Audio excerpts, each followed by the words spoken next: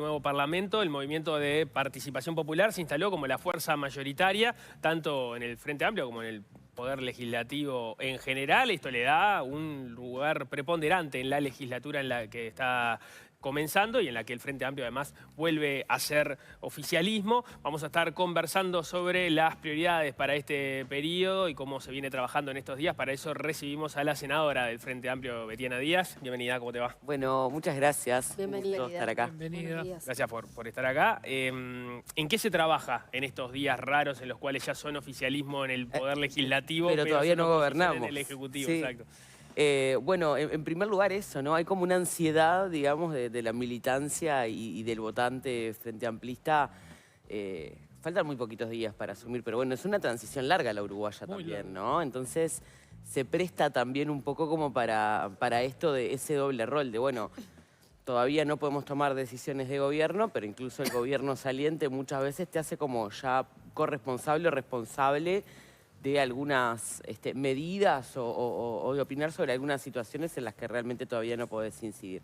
¿En qué trabajamos? Bueno, en primer lugar en acompañar lo que es la transición a los ministros y ministras. Ustedes saben que muchos de los legisladores lo que hacemos es generar como cierta referencia en algún área, en algún tema y como seguir determinada cartera.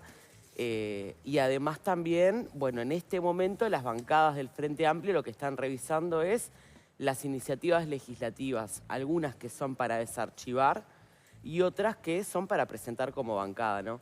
Me parece importante aclarar que el Frente Amplio tiene un mecanismo por el cual no es que yo como legisladora voy y presento un proyecto y ya está, sino que hay un reglamento de bancada donde yo antes que a nadie le presento a la bancada del Frente Amplio el proyecto de ley que quiero trabajar y por eso es que son decisiones colectivas las de nuestra bancada, ¿no? Entonces, bueno, llevan un proceso que a veces lleva un poco más de días, pero estamos revisando, sí, un paquete muy grande de leyes y esperando también, bueno, que se instale el gobierno para ver justamente con los ministros cuáles son los nuevos marcos normativos que hay que revisar, modificaciones que haya que hacer, cómo vamos a trabajar de cara a la última rendición de cuentas del gobierno. Hay todos esos aspectos, digamos, son los que están en discusión estos días. Igual hay algunas cosas que ya son públicas, ¿no? Por ejemplo, algunos artículos de la LUC que quieren revisar. También está el tema del proyecto de eutanasia. Hay algunas cosas que ya se sabe que Sí. por lo menos van a estar como prioridad. ¿Hay algo concretamente que ya se sepa? Bueno, con esto arrancamos sí o sí. Bueno, sí, está lo que tú mencionabas con respecto a la ley de urgente consideración, más que nada los que vamos a trabajar, por ejemplo, en la órbita de la Comisión de Hacienda, lo que tiene que ver con el uso de efectivo, que aumentó muchísimo, ¿no? Ese umbral para las transacciones en efectivo, que esa es una modificación que hay que hacer.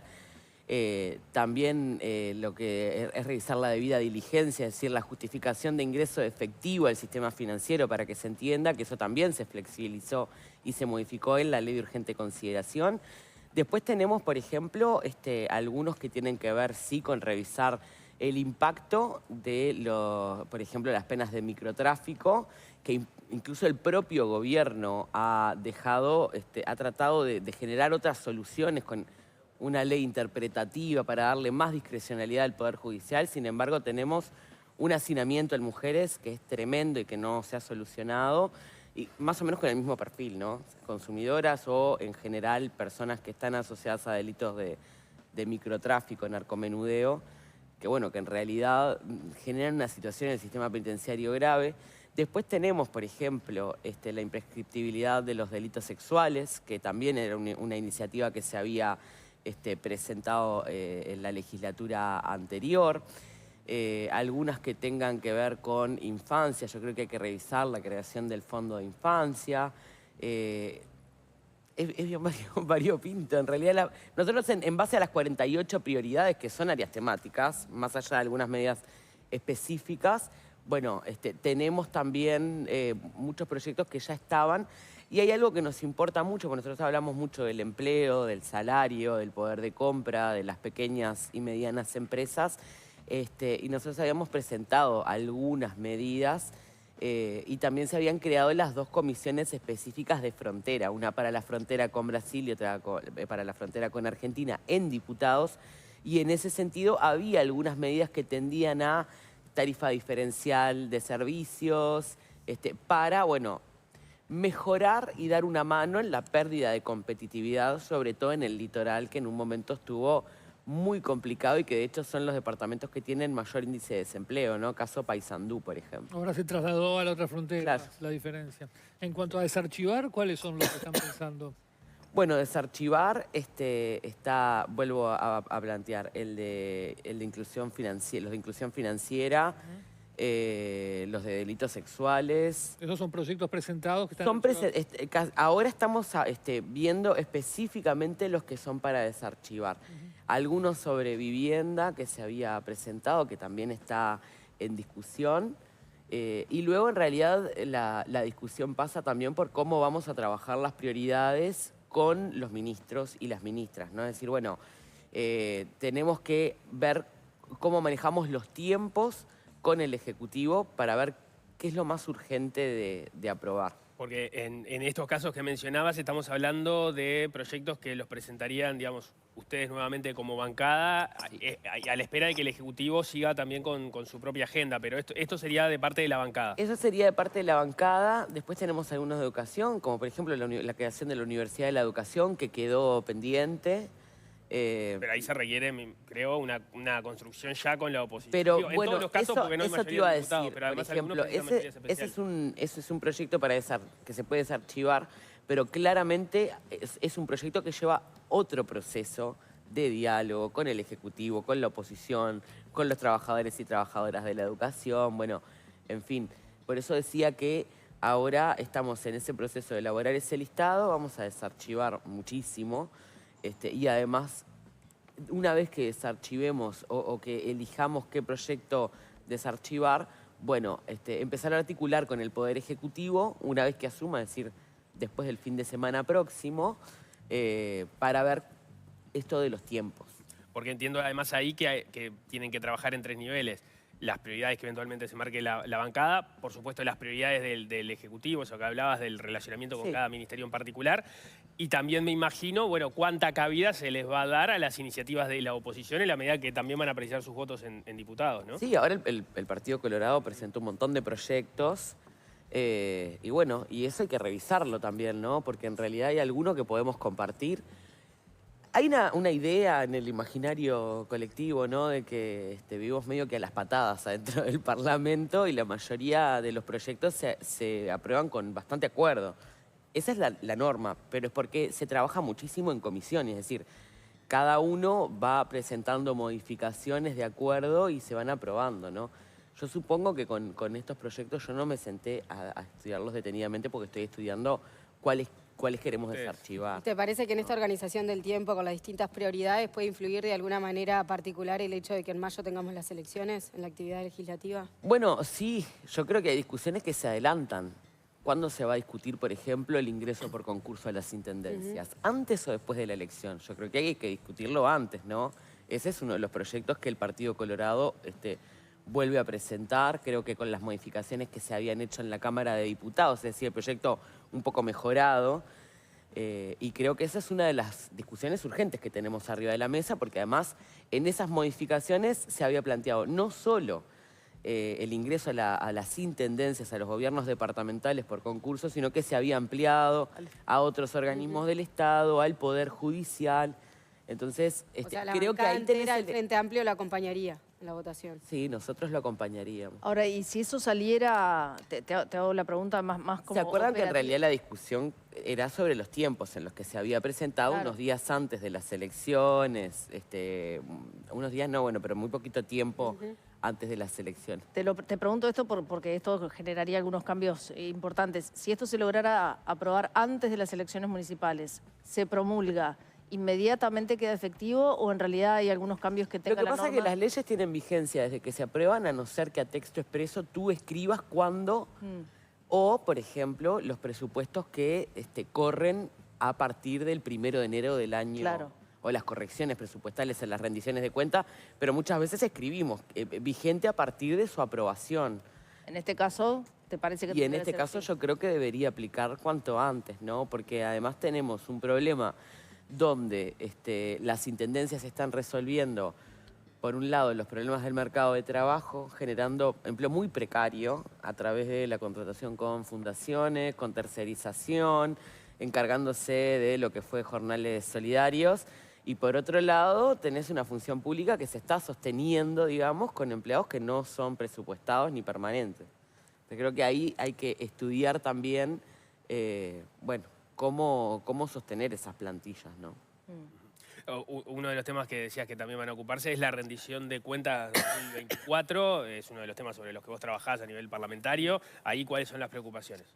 Bueno, en primer lugar, nosotros venimos advirtiéndolo, Sí. pero vieron que ayer salió un comunicado del Ministerio de Economía y Finanzas cuestionando a su propia institucionalidad fiscal, Al ¿no? Consejo Asesor Fiscal. El Consejo Fiscal Asesor, que es un consejo de independencia técnica, al que se le dio además, ¿no? Como mucha importancia cuando se crea en este mismo paquete de la regla fiscal, ¿no? Claro, las decisiones y los informes no son vinculantes, son orientadores, por decirlo de alguna manera, en materia de política fiscal. Y ayer se publica la respuesta al informe del Consejo Fiscal Asesor, que lo que hace básicamente es cuestionar la efectividad de las herramientas que se dio al Ministerio de Economía y decir, bueno, las proyecciones estuvieron mal, estuvo mal mandar un aumento de tope legal de deuda en la hora, ¿no? Porque lo mandaron después de la primera quincena de diciembre.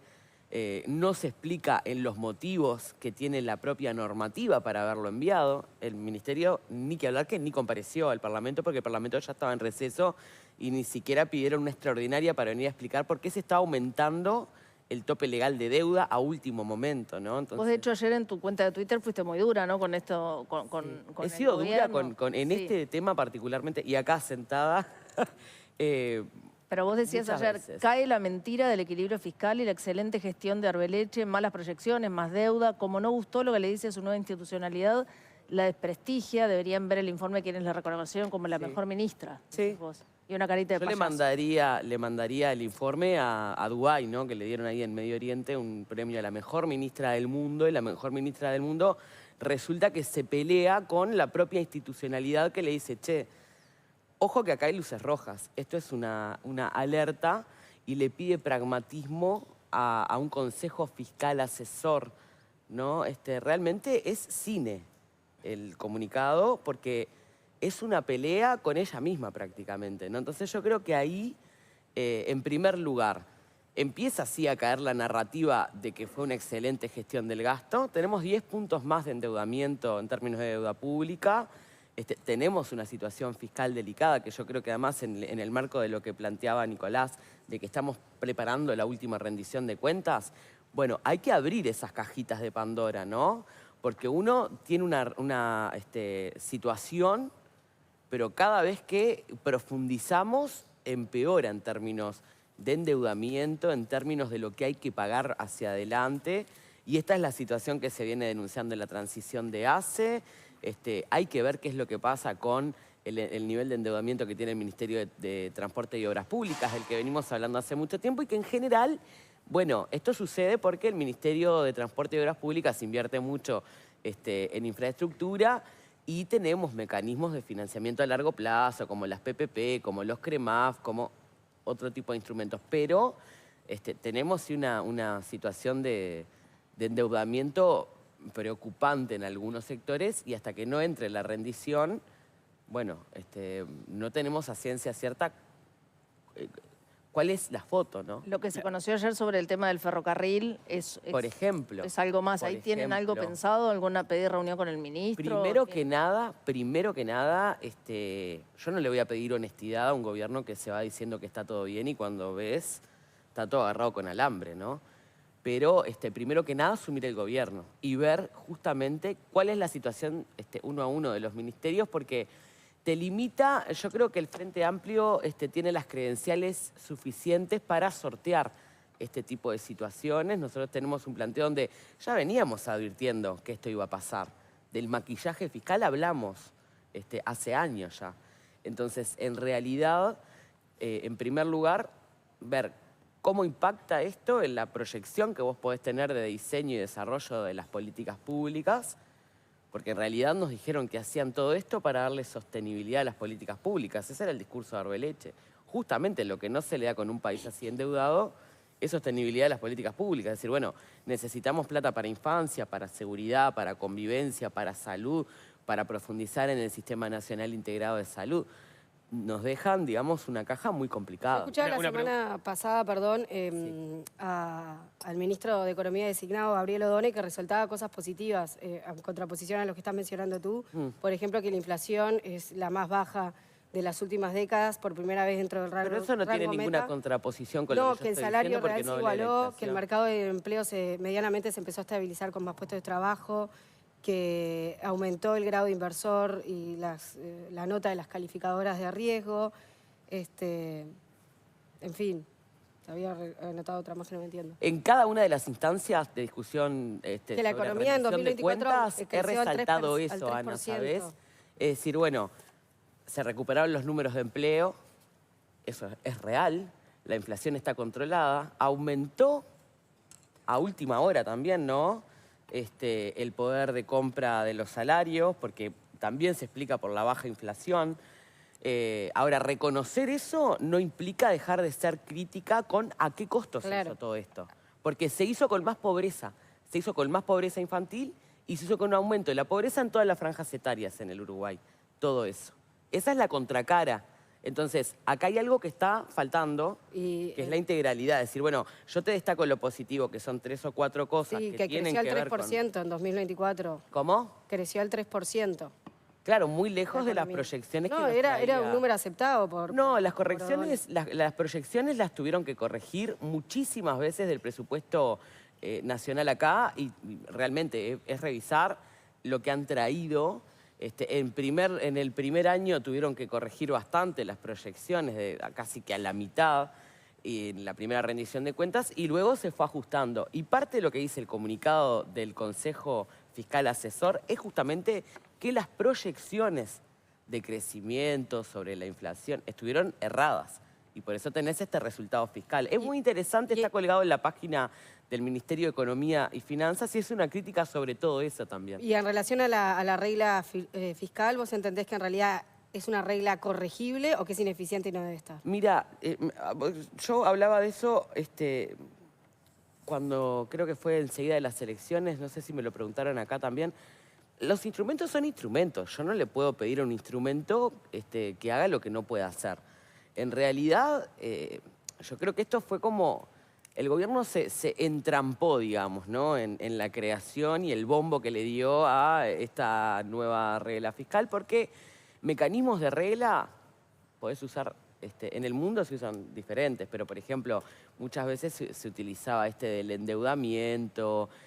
Esto se creó con la idea de justificar un control del déficit y del gasto público. El gobierno no pudo con esto. Entonces, sostuvieron 4 años un discurso que no se podía conciliar con las herramientas que se dio. Entonces, ¿se puede corregir? Sí. En realidad es algo que me dicen, no tiene ningún impacto. Porque ¿qué pasó? Incumplieron con los 3 pilares de la regla fiscal. ¿Y qué pasó? Nada, no pasó nada. Bueno, tenés al Consejo... el hecho de que lo estemos discutiendo quizás sea un avance No. respecto a cosas que tuvimos en otras épocas porque es la historia del Uruguay, ¿no? Tener déficit, gastar más de lo que se recibe. Digamos. Claro. El hecho de estar planteado... Es que sobre el déficit se discute bastante en Uruguay. Más o menos, ¿no? Bueno, fue tema central de campaña, de la campaña de este gobierno saliente, fue un tema de campaña. Sí, la seguridad y el déficit, el desastre fiscal del gobierno frente amplista que dejó prácticamente los números no tan lejos de lo que deja esto, con 10 puntos menos de deuda. Así que imagínate si será imposible... pero con mejor calificación de riesgo, ¿no? O sea, a lo que voy es... Bueno, entiendo en una situación mundial, en una situación mundial distinta, donde cayó la calificación de muchísimos países. Pero claro, porque aumentó en las economías. Me imagino que la crítica que vos estás haciendo sobre la situación fiscal ahora no es tanto por la gravedad en la que esté, sino por cómo contrasta con el discurso con el que los relatos, el gobierno. las narrativas. En definitiva estamos más o menos ahí con cómo dejó el Frente Amplio. Sí, claro, pero el tema, Nicolás, es que en 2019, cuando Arbeleche estaba en campaña, esto eran luces rojas. Una situación así hubiera sido de catástrofe, me imagino. Y el Frente decía que no. No, y el Frente decía que no, que en realidad era sostenible. Hoy tenemos 10 puntos más de endeudamiento en este país. Pero hubo una pandemia que trastocó todo, o eso no le dan jerarquía. Con recuperación de la economía, con aumento de la pobreza. Sí. El aumento del endeudamiento más o menos... Ese crecimiento en K que decimos, ¿no? Es decir, la economía creciendo y el poder de compra de las familias cayendo. Lo que Es pasa decir, que con menos redistribución, Ana. Eso quedó claro particularmente en el poder de compra de las familias, que se recuperó a último momento con, bueno, toda la pérdida que no se recupera, ¿no? más allá de los relatos y de las cuentas que se pasan, es la historia del Uruguay, digamos, gastar más de lo que tienen. Bueno, somos un país pequeño, somos un país que depende mucho de qué es lo que pasa en la región y de factores externos.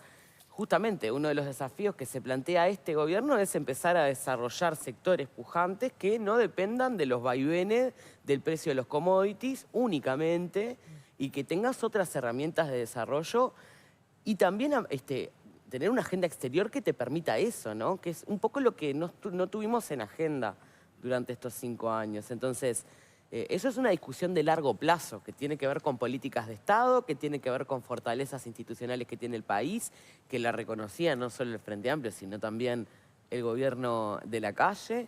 Ahora, y con reformas es cierto estructurales, que, ¿no? Del Estado, sí. de las normas. Bueno, Donne siempre pone mucho hincapié en eso, en el tema de microeconomía, en fin, estas reformas estructurales que hacen falta. Claro, tal cual. Y creo que en realidad, bueno, hay que rediscutir pensando en términos no solo de narrativas, que es lo que nos pasa un poco a veces en la urgencia, sino de mediano y largo plazo, que es lo que el Uruguay necesita, ¿no? Porque yo pienso en temas puntuales y digo, bueno, a largo plazo, ¿cómo solucionamos con un país que tiene estas restricciones una reforma del sistema carcelario con lo interesante que está el libro blanco, ¿no? Para una nueva política carcelaria, pero que va... Pero es un contrasentido con lo que pasa en el Uruguay. Es decir, eso de ir a la cárcel pequeña, a diferente infraestructura, a políticas postpenitenciarias que necesitan mucho más inversión, a rehabilitación. Eso es todo financiamiento público también, ¿eh? Entonces, bueno, para invertir en eso, para invertir en infancia, para invertir en mejorar la calidad de trabajo, en políticas activas de empleo, particularmente con el Estado como motor del desarrollo en aquellos lugares donde es muy difícil que se instalen empresas.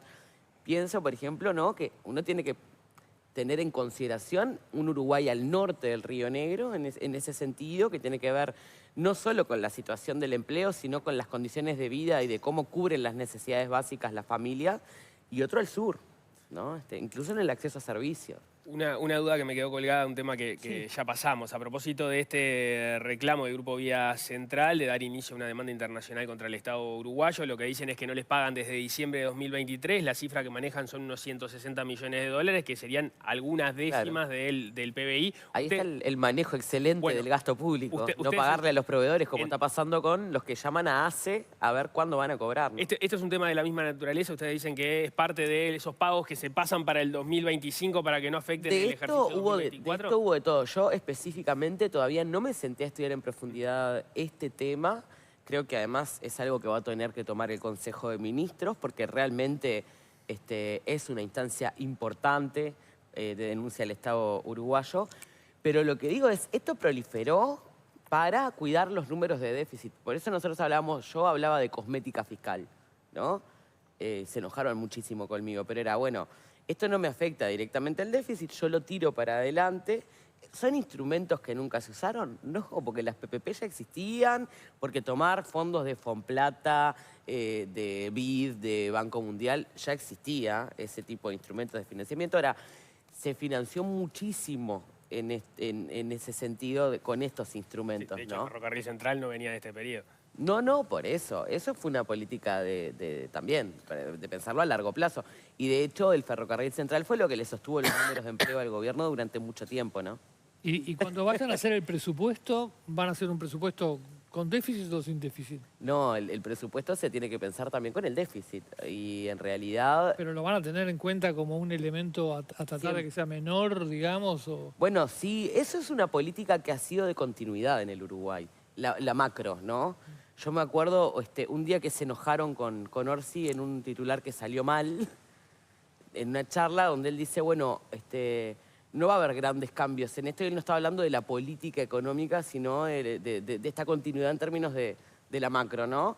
Es decir, bueno, el control de la inflación, el control del déficit, del gasto, ha sido una constante a lo largo de, bueno, después de la crisis del 2002, donde se había desplomado todo, ¿no? Pero hay una continuidad en términos institucionales en ese sentido. Y cuando uno revisa, por ejemplo, algo que introdujo el Frente Amplio en el 2005, que es la exposición de motivos del presupuesto nacional, que es un informe financiero, que básicamente justifica, bueno, cómo llega este presupuesto a hacer esto, ¿no? Y hace un análisis de los factores externos, de la coyuntura política internacional, de los mercados, además del déficit, de las cuentas nacionales, siempre se incluye esto, y además, por lo general, se incluyen las proyecciones, ¿no? Yo creo que hoy este es un mundo con mucha incertidumbre, también, comparado con otras épocas, donde además ya lo vimos, ¿no? En 10 días te cambia el panorama totalmente, como nos pasó con la pandemia, como pasó con otras crisis, y el Estado uruguayo tiene que tener la capacidad de dar respuesta, de corregir y seguir. Hay algo que sí, que este gobierno logró, que fue por primera vez en muchísimo tiempo, mantener la inflación dentro del rango meta. Eso era algo que no se conseguía. ¿Pensás que va a ser posible sostener esos números de entre el 3 y el 6?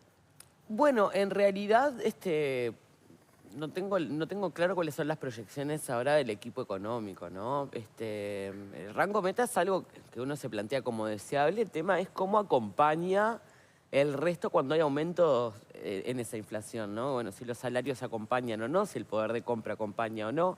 Entonces yo creo que en realidad la discusión pasa más por ahí. ¿Desindexar los salarios o no? No, de ninguna manera.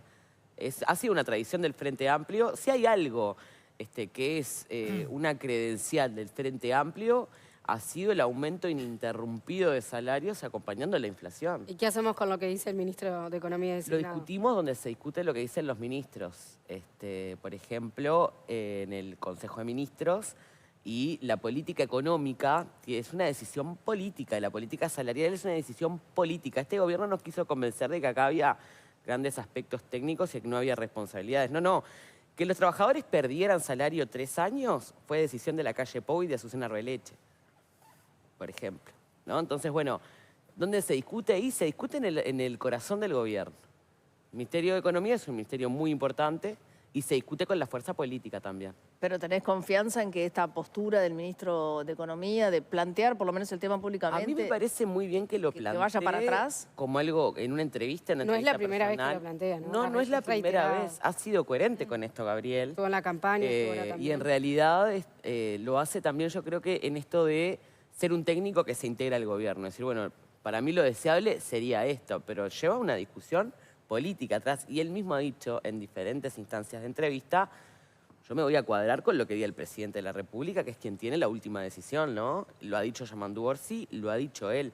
Porque también yo creo que hay un proceso de toma de decisiones donde, vuelvo a decir, uno no se puede quitar las responsabilidades. Y la política salarial es una decisión no solo política, profundamente ideológica en un gobierno, ¿no? Entonces, bueno, el Frente Amplio, la tradición que ha tenido y la costumbre que ha tenido y lo que ha escrito en sus prioridades y en su programa es recuperar lo que la gente perdió en 5 años de herrerismo en el gobierno, ¿no? Que es básicamente su capacidad de compra y calidad de vida. Y eso se hace como primera medida a través de la mejora del salario. Ya lo comprobamos como eso derrama en una mejora en términos generales en la economía uruguaya. ¿Y vos como integrante del sector de Orsi, sabés qué piensa Orsi concretamente sobre este tema? Lo que piensa el Frente Amplio.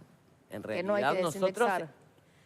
Que no hay que desindexar. No, claro, pero es que en realidad, a ver, Orsi es un compañero de mi fuerza política. Nosotros tenemos una posición con respecto a esto hace muchísimos años, 35 años, desde la fundación del MPP hasta ahora.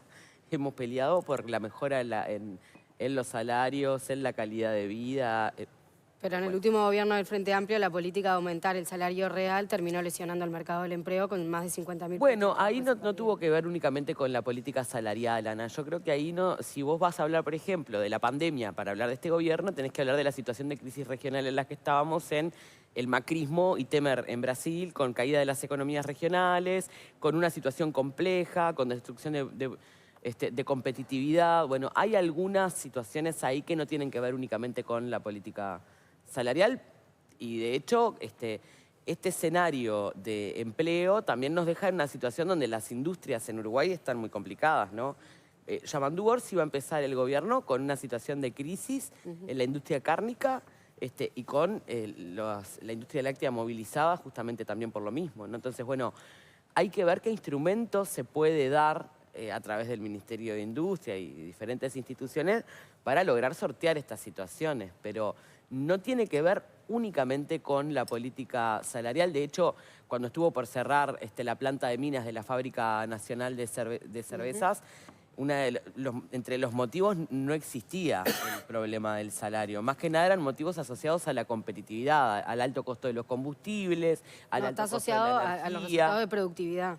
Sí, aumentar salarios sin ver... Bueno, pero en realidad mira, nosotros, el Parlamento le votó $1 millón al Ministerio de Trabajo de Mieres para hacer un estudio de prospectiva en 2 años, ¿no? Eran 20 millones de pesos y 20 millones de pesos. Yo no lo he visto ese estudio todavía, para ver qué es lo que pasaba con, primero, para hacer prospectiva sobre el mercado de trabajo, es decir, bueno, cuál es el futuro del mercado de trabajo para poder hablar de cómo incide, por ejemplo, el salario, porque no puede tocar de oído acá tampoco. Y lo que pasa con el mercado de trabajo y con el mundo del empleo está influido por muchos factores. Tiene que ver con la automatización, porque también hay que hablar de eso, con la incorporación de tecnología, con el desplazamiento Es decir, en el mundo se está hablando de los impuestos mínimos globales y de los sistemas de renta universal, ¿no? Yo creo que echarle la culpa de la destrucción de empleo a la política salarial se queda muy corto. Pero bueno, es parte de lo que tenemos que analizar. Vos decías hace un ratito que la discusión de la política salarial es una discusión profundamente ideológica. Profundamente ideológica. ¿Qué quiere decir eso respecto a estas diferencias que se están dando entre el Ministerio de Economía y bueno, el resto del Frente Amplio, según entiendo lo que estás diciendo vos sobre este tema? No, yo creo que en realidad esto es algo que plantea Odone desde el punto de vista técnico. Lo respeto muchísimo, creo que además Odone tiene una trayectoria muy respetable en ese sentido. No es compartible y creo que en términos de prioridades hay que poner antes a la gente que a que te cierren los números, ¿no? Era lo que discutimos durante 5 años con este gobierno.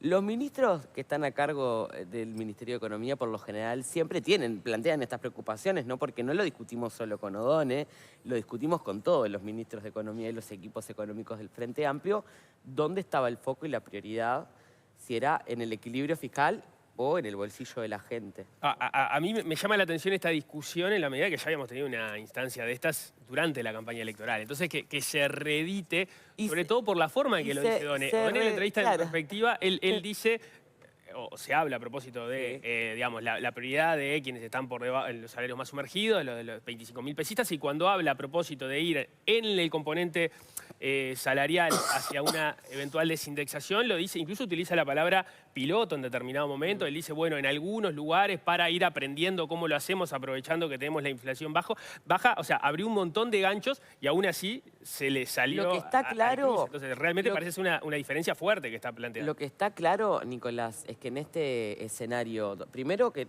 vuelvo a decir, la posición del Frente Amplio como fuerza política no es esa. Lo que sí vas a tener situaciones donde hoy ya tenés sectores negociando rebajas salariales, ¿tá? Porque también es un poco el escenario que tomás, ¿no?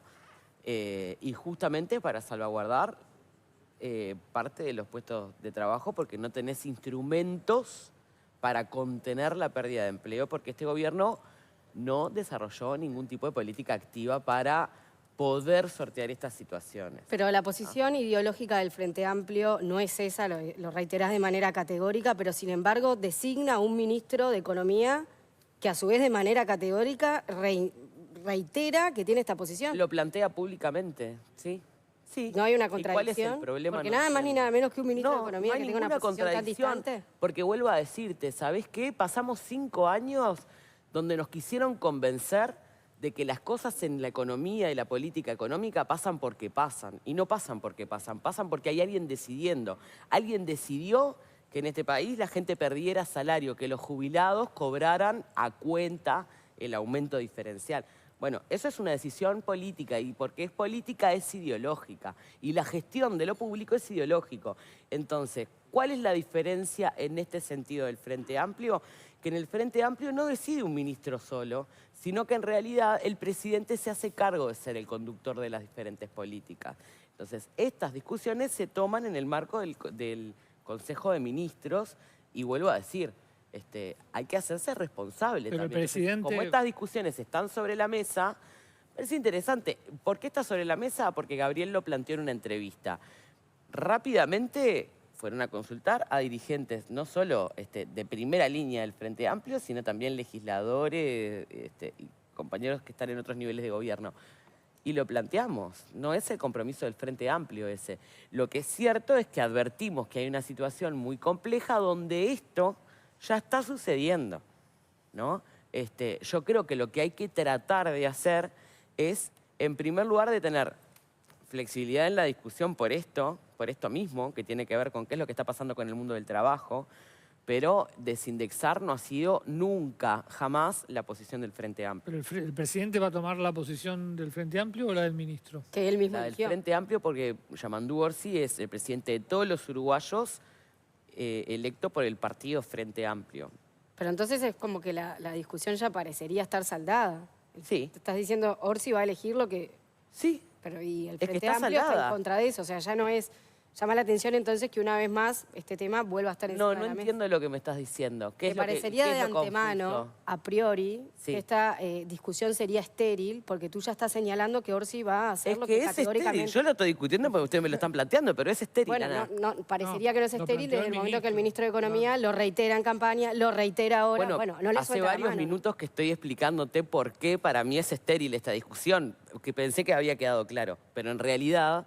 No quedó claro porque el ministro de Economía no lo Bueno, no vuelve a te queda traer. clara mi respuesta, me estás volviendo a repreguntar y yo no te voy a contestar lo que tú me estás queriendo hacer decir, porque en realidad el Yo tema es quiero la decir, posición del Frente decir Amplio. que hay un La marco de posición del discusión Frente dentro Amplio es del esta, y esa Consejo es de una Ministros, opinión parecería que no personal, sirviera esa es para una nada. opinión personal de Gabriel Odone, que es ministro del Frente Amplio, y el Frente Amplio, si ha tenido un diferencial con este gobierno, es que sus ministros se han hecho cargo de lo que ha pasado a lo largo de sus periodos de gobierno, de las buenas y de las malas. Entonces, acá lo que planteó Gabriel es una opinión personal. Los dirigentes del Frente Amplio salimos a plantear cuál es la posición.